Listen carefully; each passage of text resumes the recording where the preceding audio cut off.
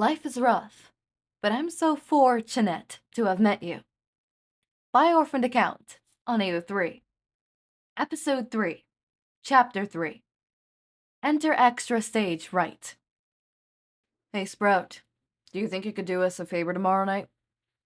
Shouta asked one morning over breakfast, watching Izuku shovel eggs into his mouth and making a mental note to have Hisashi put a second helping in his lunch that day. They had at least some control to be able to help Izuku have breakfasts and lunches, but they didn't know what he did for dinners. At least the second helping could be enough to keep his little belly full overnight, or perhaps could be saved for dinner. Beneath the table, Teddy was scabbering for scraps. Off of either bar stool to the left of the kitchen, Spork and Bastard were staring down on the dog with ill-hidden annoyance. Teddy had gotten into their wet food the night before, and the cat seemed to be holding a grudge. When Izuku nodded, Shouta continued. It's Hisashi's birthday tomorrow, so we'll be out all night with some friends. Would you be willing to stay here overnight to watch Teddy? We've never let him overnight by himself before, Hisashi explained as he piped more rice into Izuku's plate. And he's had a bad habit of attacking Sho's shoes, so we're anxious to leave him alone for too long. But Hisashi hadn't seemed to pry or butter the child up, because Izuku's eyes were already glistening with excitement. Yeah, yes, a million times yes. Mr. Cherry and I are gonna have so much fun. Izuku threw a fist in the air, and bit an egg flew off his chapkins from his hands. Teddy lunged for the food, knocking into Shota's chair and nearly sending the man flying. He quickly caught his balance, shooting a red glare at the dog that did absolutely nothing.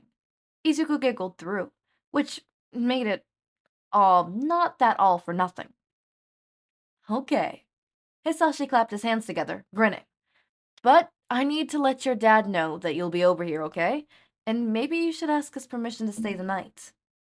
Izuku shrugged and said, He won't care. He won't be home anyways. Hisashi bit his lip, exchanging a long glance with his husband, but Shouta didn't react. The underground hero may have had complicating evidence against the supposed abuse and definite neglect in the Midoriya household, but he had sworn to Izuku he would stop prying about the boy's home life. It was also frustrating, knowing that the child was so close to their home, to safety, to love, and yet so far. Izuku was a Midoriya, not an Aizawa or a Yamada. They couldn't do anything, even as pro-heroes, unless the boy blatantly came to them and said he was being abused. They could try and wheel it out of him, but the couple was worried about pushing Izuku too far and having him run away out of fear. They could be of no use to the child if he wouldn't talk to them, after all. They just had to show Izuku they were trustworthy, and then something would work out in the end. It's so cool that our birthdays are in the same month, Mr. Sashi, Izuku exclaimed happily, as he not so subconsciously fed Teddy a piece of chicken under the table. Shouta lightly nudged the child's shin with a soft chill, and Izuku giggled and squirmed. They are they? Hisashi grinned. What day is your birthday, Izuku?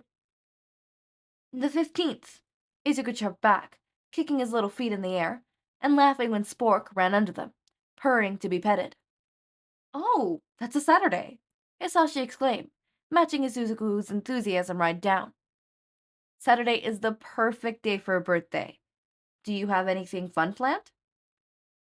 The kicking of his feet slowed, and Izuku looked down at his plate with a bit of a muted frown. He didn't seem quite upset, just contemplative. Not really. Dad won't be home, and I don't really, I don't have friends, really. Then, to Hisashi's horror and Shota's recognition, Izuku shrugged. It's not that big of a deal anyways. I'm only turning 9. And hell, what kind of soon-to-be 9-year-old didn't get excited for their birthday? Well, Shouta supposed, the kind that had nothing to look forward to.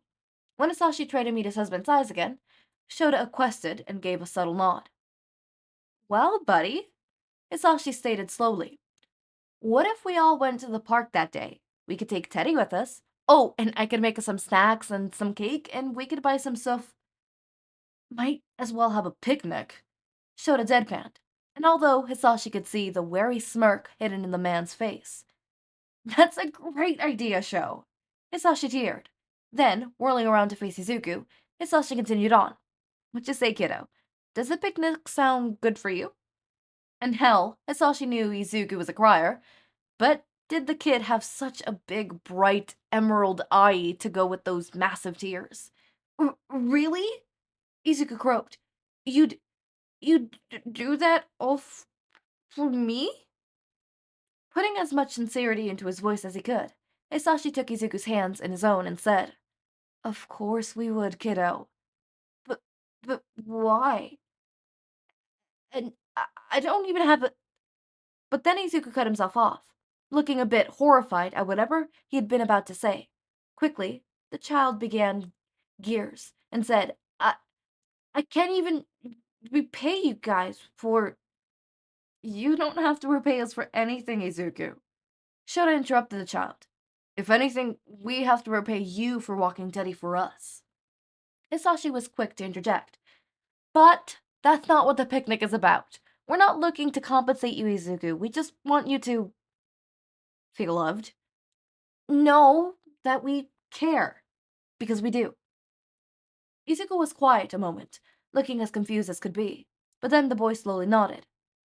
I don't understand, but I appreciate it. And you, I I I I like you guys. Mr. Sashi and Mr. Shota."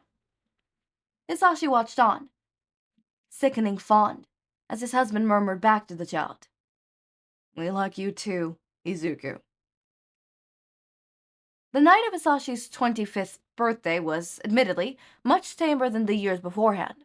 Nomura had tried to get him to take more shots with her, but Hisashi stopped after 2 with a meaningful smile and the excuse of waiting an earlier night.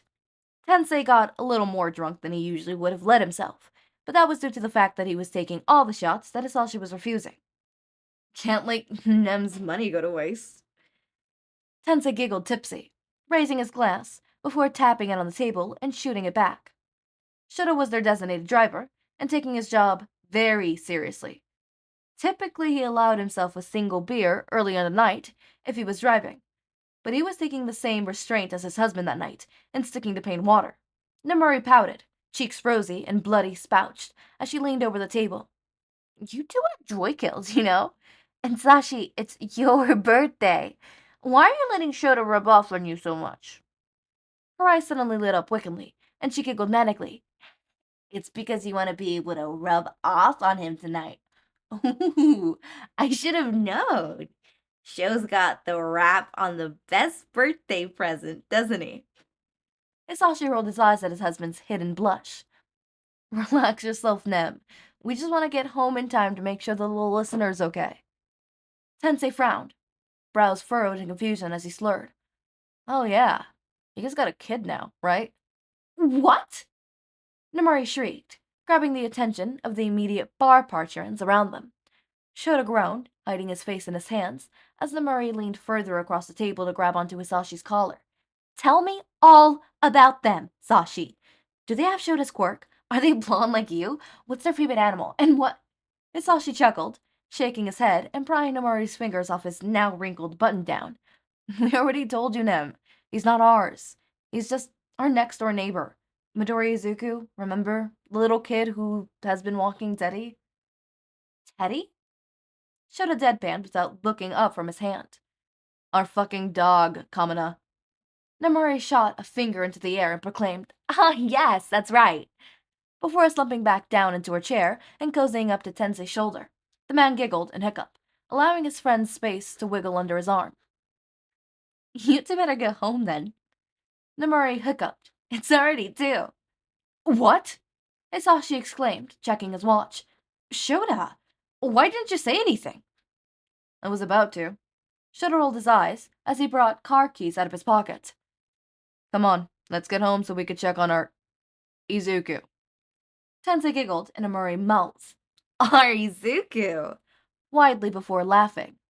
Shota deadpanned, and he smacked the back of Nomori's head. "Let's go already, you drunken problem children." Joe, we're adults. Yeah, and that's how we're allowed to be drunken? Children. I'm friends with absolute children. Fortunately, Tensei was spending the night on Nomori's couch, so he didn't have to run or take the train all the way back to Tokyo, which meant only one stop before Shouta and Hisashi could make their way home. Okay, I'm cutting the chapter short, mainly because I'm really sleepy and I want to go to sleep, okay? I'm super sleepy, my eyes hurt, it is 3 a.m. in the morning as of recording this on the 22nd, so the day it gets posted, in the morning, like 3 a.m. in the morning. I'm super sleepy, I'm super tired.